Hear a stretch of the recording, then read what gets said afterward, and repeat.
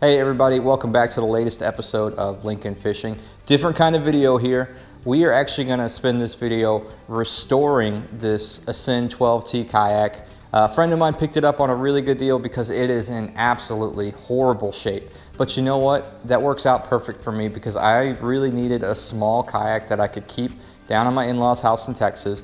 So it makes a perfect video. We're going to restore this bad boy and make it be really something cool, and it's just going to be an awesome resource for me to have down in Texas. So everybody come along. It should be a fun journey. All right, this kayak is in absolutely rough shape. And the best way to get this whole project started is just to clean it up. We're going to get the soap and water out, and we're just going to wash it, and we're going to really get down to the bare bones and see what we're working with.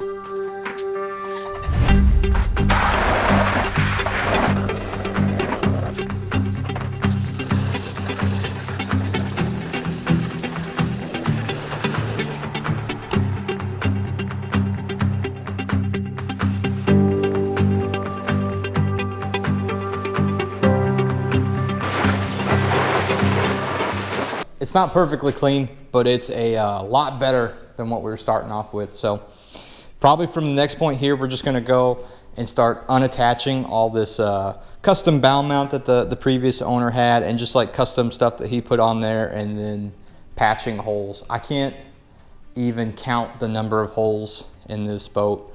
As I was cleaning it, everywhere I looked, I just saw another hole, another hole, another hole, another hole. I wouldn't be surprised if there's 50 plus holes in this little kayak. So the next steps will be clearing off everything that we don't want on the kayak, and then starting to patch and seal some holes, and then go from there.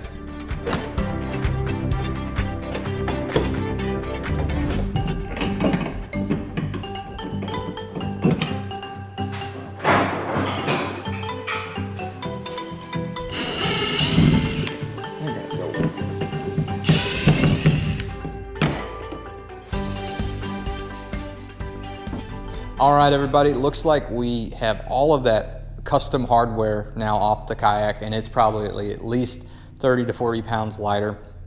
Our next plan of attack is to start plastic welding all of these holes that are all over this boat. I bet you it's north of 50 or 60. So we got to get all these closed and sealed up, and then we'll move on from there. All right, I just did a quick walk around the kayak and just started counting holes that we're gonna have to patch.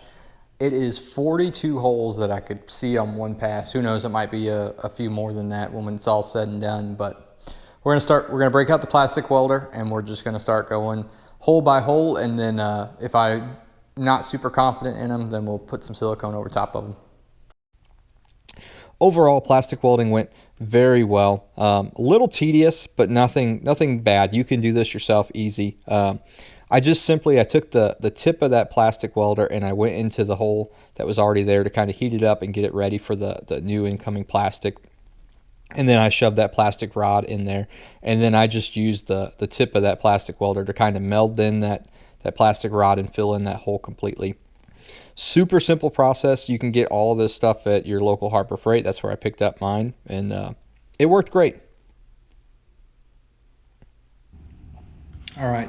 With these larger holes, what I decided was going to be more effective than just trying to fill in all that with plastic is I'm taking some metal mesh, and I'm going to put some silicone on it, and then up from underneath, and then silicone that, and then just fill in all that with silicone. So I don't know if it's 100% going to work, but hopefully it will. This process 100% worked.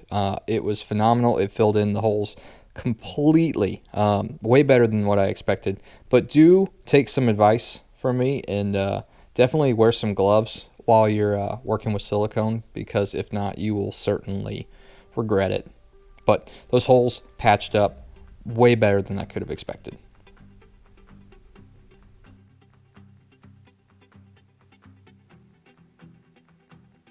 All right, everybody, we are officially done with the hard stuff. We've got all the holes patched, kind of got all the maintenance work done, and now we get to have some fun. We're going to kind of start customizing it and really bringing this kayak to life. We're going to start with the floorboards and work our way up from there. these floorboards have definitely seen better days. So I carefully removed them, being sure not to tear them, because I'm actually going to use these as a trace for my new EVA floor that I'm going to put in this boat. One of the big factors with putting down new flooring is this surface has to be squeaky clean. I made several passes with cleaners and vacuums, being sure to get every last little bit of dust up that I could, because I want this surface to stick very well. In addition to cleaning, I'm also adding some marine goop to hopefully keep that surface even more sticky, so that way this new EVA foam floor will never come up in the time that I own this kayak. On top of putting down this floor, you just really want to press it down as much as humanly possible to make sure that all of that tackiness is grabbing and holding, and hopefully you should never have any issues with it ever coming up.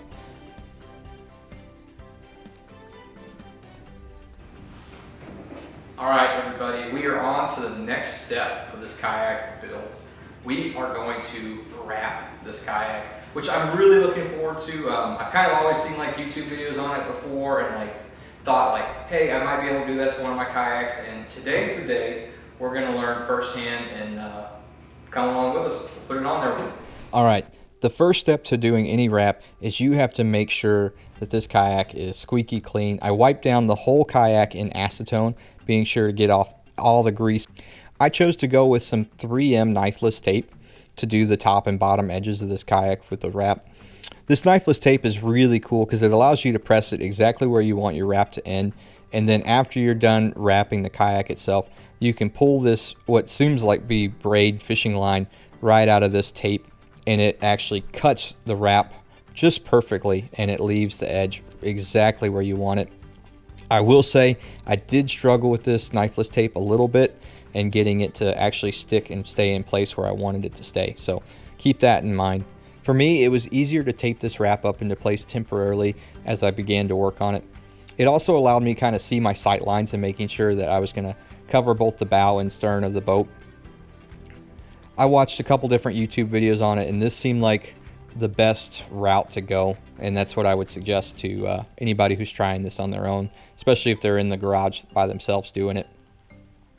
From there, I just cut the seam right down the middle and started working towards each direction. Overall, this is not a hard process. It's tedious, but it's not hard.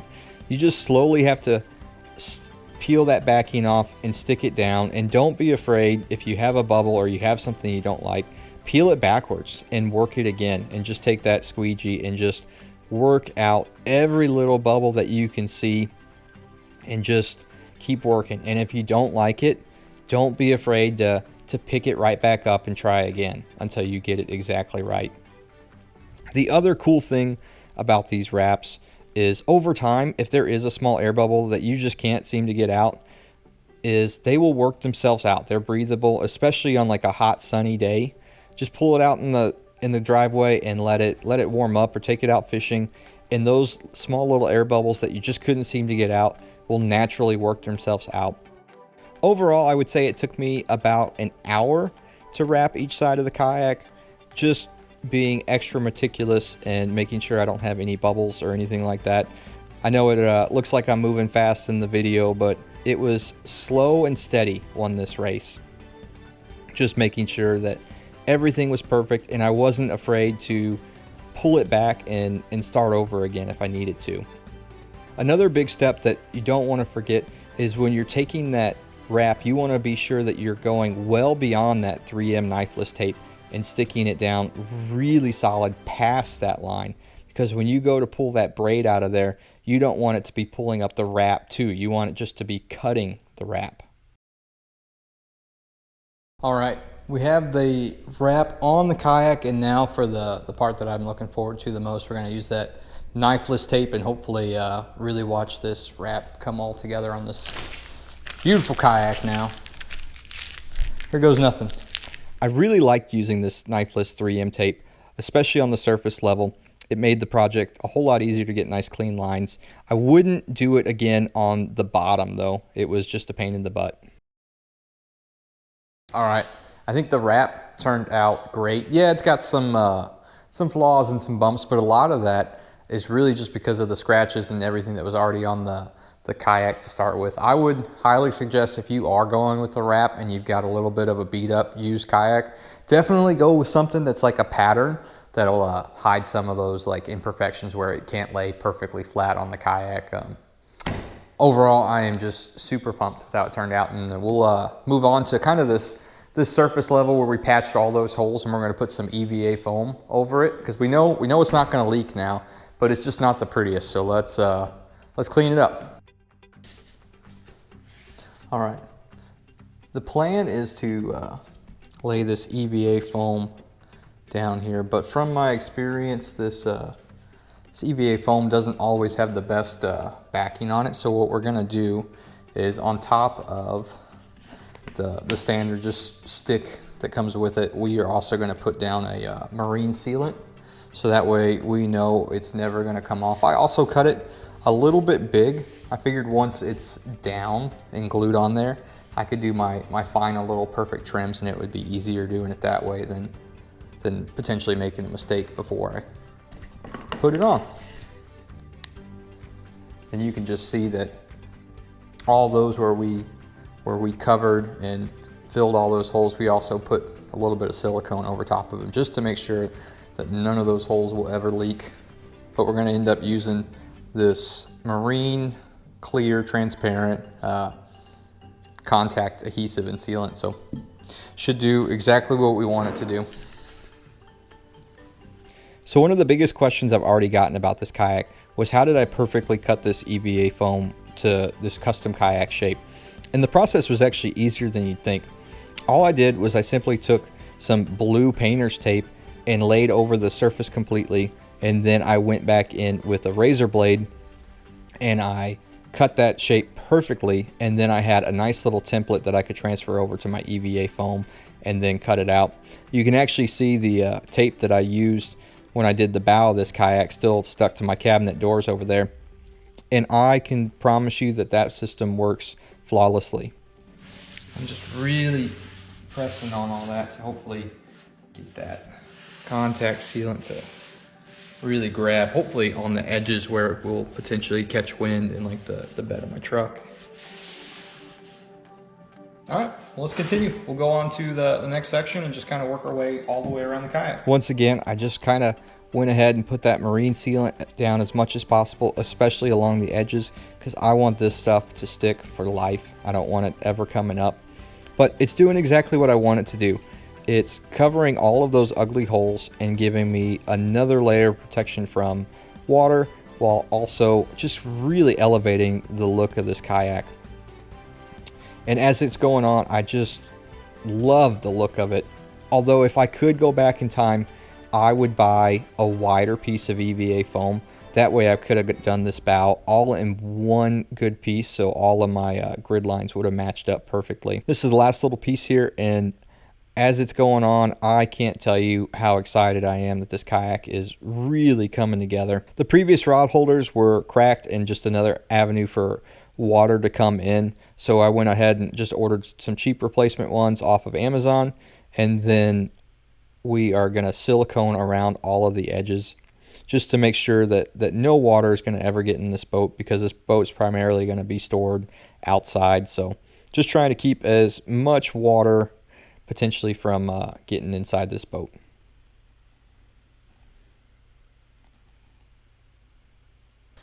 All right, next we are going to install a Railblaza expanded track, just track system. So back here, so I can mount my my rear camera, because I will definitely, hopefully, be filming some cool content out of this boat while I'm down in Texas. So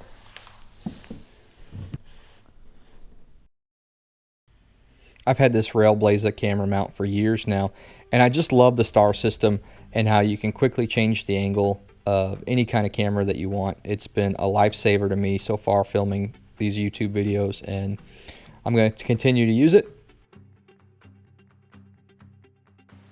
All right, I'm really loving how this Kayak is turning out. Got a couple more little key things to do that's really going to make it pop and look brand new. So we're going to slap on some decals real quick and stay tuned. I definitely wanted to rebadge this kayak with the original Ascend logo, and then I also wanted to put that model number, that 12T, right back on the side of it. I did Texify it though, since this kayak's going to be living in Texas, just to kind of make it feel right at home. Now these decals are a step that's really going to make this kayak pop and look next level, but it's also on a budget kayak build, something that you can do relatively cheap. I made all of these with a Cricut and on permanent vinyl, and I doubt that I even spent more than $5-6 on all the vinyl that I used for this. So something really small, really cheap, that can make this kayak absolutely look amazing, and I would highly suggest it to everybody who's doing a rebuild like this. Final little touches here. I'm gonna add a Railblazer rod holder, and then I just kind of go over the Railblazer gear hub that I decided to go with for this kayak. Do it.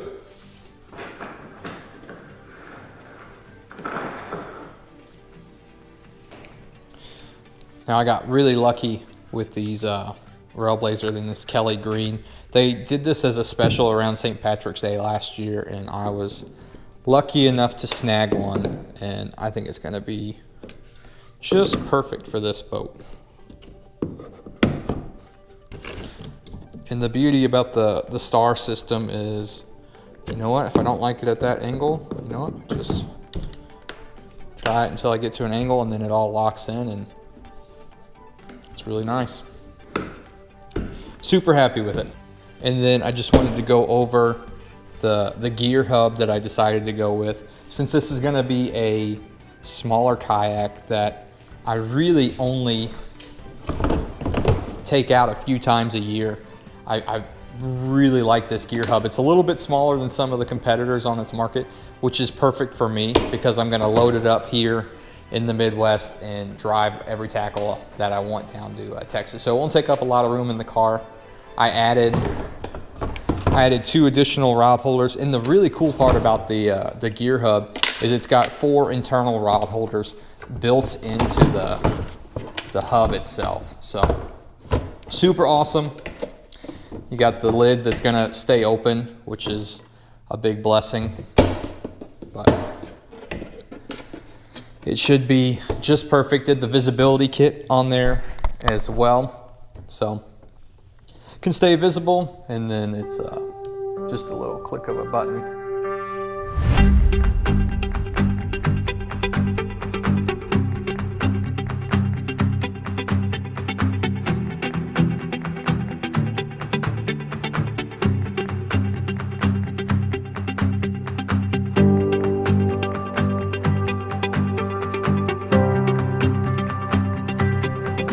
Man, some projects just don't end up how you envision them.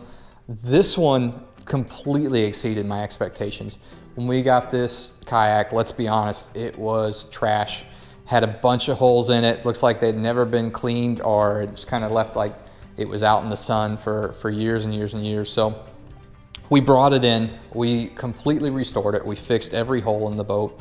And you know what? It exceeded my expectations on how this thing turned out. So I'm really excited to get it on the water and get some fish caught in it. So stay tuned for the latest episode of Lincoln Fishing, and we will see you on the next one.